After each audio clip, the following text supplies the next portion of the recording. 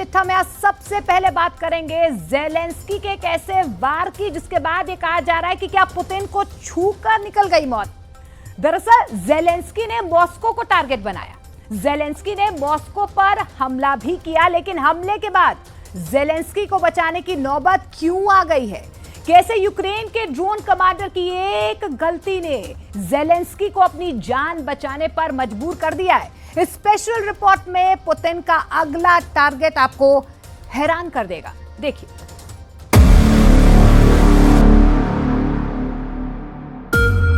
जब पुतिन सो रहे थे तब मॉस्को में ये हुआ।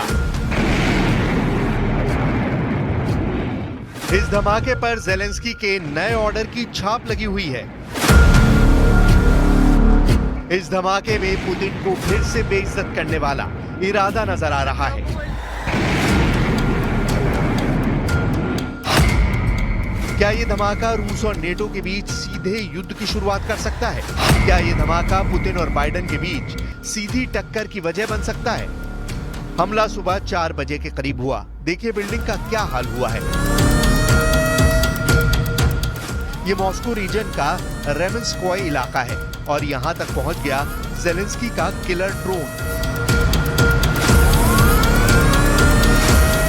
हमला एक रिहायशी इमारत पर हुआ है। फ्लैट्स के अंदर आग लगी हुई है और यहाँ लोगों के जख्मों पर यूक्रेन के ऑपरेशन मॉस्को की छाप साफ नजर आ रही है। Ну, страшно. Первый мы, когда услышали взрыв, это был на спортивной, то есть и то, думаю, господи, долетел. Второй дрон прилетел уже сюда, то есть, конечно, мы были в шоке, что еще рядом, еще второй раз. И пока я просто переходила между комнат, как раз слышала, вот летел это третий, но это было очень громко и взрыв, ну, очень мощный. Но у нас вот выбило даже, ну, все окна и дверь балконную прям вот так, и через эти щелки залетело стекло, вообще в комнату было. Так что, ну, ужасно, конечно. इस हमले में एक महिला की मौत हुई है और 3 लोग घायल हुए हैं। धमाका इतना जबरदस्त था कि आसपास की सभी इमारतों को खाली करा लिया गया। 26 अगस्त को ज़ेलेंस्की ने रूस के सारातोव पर 9/11 जैसे हमला किया था, जब यूक्रेन का एक ड्रोन 38 मंजिला बिल्डिंग से जा टकराया था। अब 10 सितंबर को ज़ेलेंस्की का एक और ड्रोन मॉस्को तक पहुंच गया और इस धमाके को अंजाम दिया।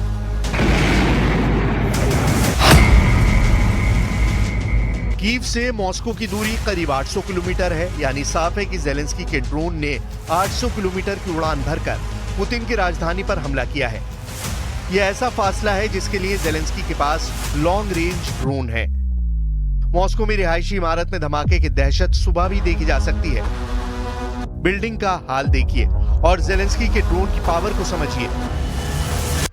इस वीडियो में आप बिल्डिंग को हुए नुकसान को समझ सकते हैं। ऊपर से नीचे तक देखेंगे तो पता चलेगा कि 7वें फ्लोर से टॉप फ्लोर तक धमाके का बड़ा असर पड़ा है। इस 17 मंजिला इमारत के ऊपर के 10 फ्लोर पर जबरदस्त नुकसान पहुंचा है। ऊपर से 10 फ्लोर देखिए, यहाँ यह आधी बिल्डिंग ड्रोन से तबाह हो चुकी है। ज़ेलेंस्की का ड्रोन 13वीं मंजिल से जाकर टकराया और फिर बहुत बड़ा धमाका हुआ जिससे पूरा रूस हिल गया। Ну, было 4 часа ночи, я услышал, как это вертушка, и я открываю занавеску, она прямо в здание перед глазами, бля. Я это все видел, бля. И взял семью и побежал на улицу. Вот, в принципе, и все. А вы на каком этаже живете? 16-й, а это на 12-й, там на 4 этажа выше. Жесть, это жесть, ребят. ज़ेलेंस्की के इस हमले से पहले पुतिन ने नेटो को किस तरह डराया, इसकी रिपोर्ट भी देखने लायक है, क्योंकि इसी में पुतिन की वॉर स्ट्रैटेजी छुपी हुई है। लातविया और रोमानिया, 2 नेटो देशों ने कहा कि पुतिन के ड्रोन बॉम्बर्स ने उनके इलाके में घुसपैठ की है। रोमानिया ने कहा कि रूस का एक ड्रोन उसकी हवाई सरहद में ट्रैक किया गया और उसे रोकने के लिए रोमानिया ने फौरन अपनी वायुसेना के F-16 लॉन्च किए। रोमानिया और यूक्रेन के बीच 650 किलोमीटर लंबा बॉर्डर है और इससे पहले भी रोमानिया ने दावा किया है कि रूस के ड्रोन उसके इलाके में घुसपैठ करते रहे हैं। वहीं एक और नेटो देश लातविया का दावा है कि रूस को ईरान से मिला शाही ड्रोन जो विस्फोटक से लैस था वो उनके इलाके में पहुंचा है। ये ड्रोन लातविया और बेलारूस बॉर्डर के करीब एक गांव में गिर गया। Protams, ka tas, ko mēs šeit redzam, ko mēs secinām, un tas kārtīgi reiz mums atgādina, ka mēs dzīvojam jaunā realitātē, Realitāte, kas, protams, jau kādu laiku ir klātesoša, ka mums ir kaimiņos agresoru valsts, tā ir Krievija, ar savu satelītu valsts, kas ir Baltkrievija. Un līdz ar to, protams, kad šī jaunā realitāte ir tā, kad karš ir tuvu arī mūsu robežām. Un tas ir apliecinājums gan šeit mums, gan šobrīd ir Rumānijai, Polijai un principā NATO valstīm kopumā. ये Putin के तेवर हैं जो NATO को counter करने के लिए Putin हमेशा दिखाते रहते हैं। लेकिन लातविया और रोमानिया में पुतिन के ड्रोन घुसे तो क्या इसका जवाब ज़ेलेंस्की ने मॉस्को पर ड्रोन अटैक से दिया है? ये बड़ा सवाल है। सवाल ये भी है क्या नेटो ने ही ज़ेलेंस्की को उकसाया कि वो मॉस्को पर हमला करें? सवाल है कि क्या रूस को घर में घुसकर मारने वाला प्लान नेटो और अमेरिका बना रहे हैं? ये सवाल इसलिए क्योंकि ज़ेलेंस्की के इरादों को मजबूत करने के लिए रोमानिया ने शुरू से ही यूक्रेन की मदद की है और अब पेट्रियट सिस्टम को लेकर ज़ेलेंस्की ने ऐसी खबर दी है जिसका लिंक रोमानिया से है। Вже чітке рішення Румунії щодо системи Patriot для України. Це рішення ухвалене на всіх рівнях. Я дякую за нього. Ми розраховуємо, що партнери реалізують повний пакет рішень щодо ППО та іншої допомоги Україні. І це саме той пакет, який був ухвалений на саміті НАТО у Вашингтоні.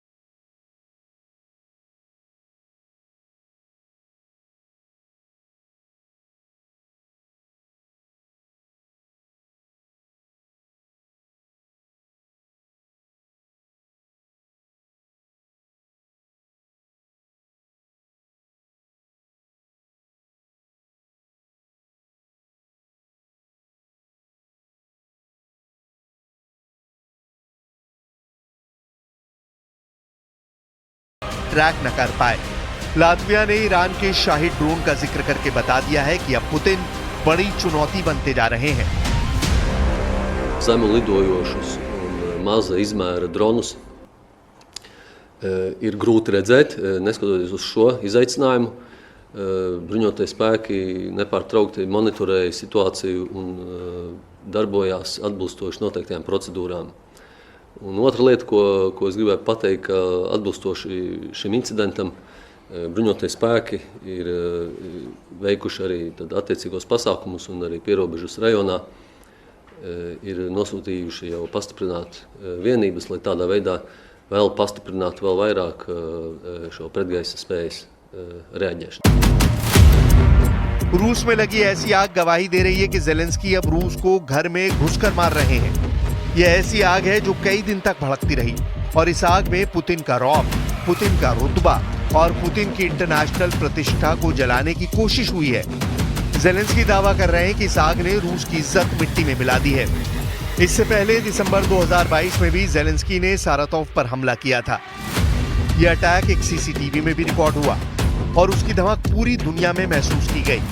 देखिए कितना बड़ा धमाका था ये। कितना नुकसान पुतिन को हुआ इससे अंदाजा लगाया जा सकता है। आपको इस मैप को ध्यान से देखना होगा। यहाँ यूक्रेन भी है, रूस भी है। दिसंबर 2022 में यूक्रेन ने रूस के 2 मिलिट्री बेस को टारगेट बनाया था। एक है रयाजान, जो यूक्रेन की राजधानी कीव से 800 किलोमीटर दूर है, और दूसरा है सारातोव, जो कीव से 1100 किलोमीटर दूर है। तब दोनों ही एयरबेस पर हमला हुआ। दावा किया गया रूस की Tu-95 फ्लीट को बड़ा नुकसान पहुंचाया गया। इस वक्त भी ज़ेलेंस्की के ड्रोन हमलों ने रूस के अंदर कोहराम मचाया हुआ है। कुर्स्क में बहुत खतरनाक युद्ध चल रहा है।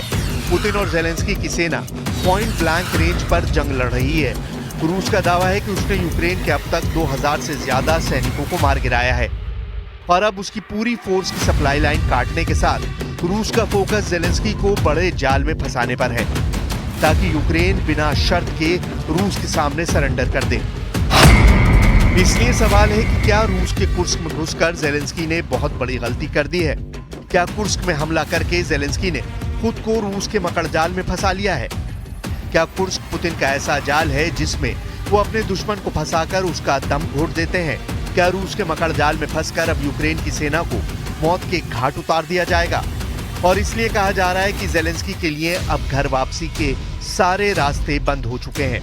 ज़ेलेंस्की के सामने सरेंडर करने का प्रेशर है, लेकिन नेटो की मदद से वो अब तक युद्ध को खींचने में कामयाब रहे हैं। देखा जाए तो फरवरी 2022 से जो युद्ध शुरू हुआ है, उसमें अभी तक जीत का दावा किसी ने नहीं किया है। लेकिन सारातोव, कुर्स्क और मॉस्को के हमले ज़ेलेंस्की की घर में घुसकर मारने वाली वॉर स्टेटमेंट दिखा रहे हैं। न्यूज़ 18 इंडिया चौपाल, एक ऐसा मंच जहां जब जब बात निकलेगी तो सिर्फ दूर तक नहीं बल्कि दुनिया के कोने कोने में जाएगी, क्योंकि इस बार बात होगी भारत के वैश्विक महाशक्ति बनने के लक्ष्य पर। सरकार, समाज, सेलिब्रिटी और स्पोर्ट्स स्टार्स के साथ न्यूज़ 18 इंडिया चौपाल देखिए सिर्फ न्यूज़ 18 इंडिया पर।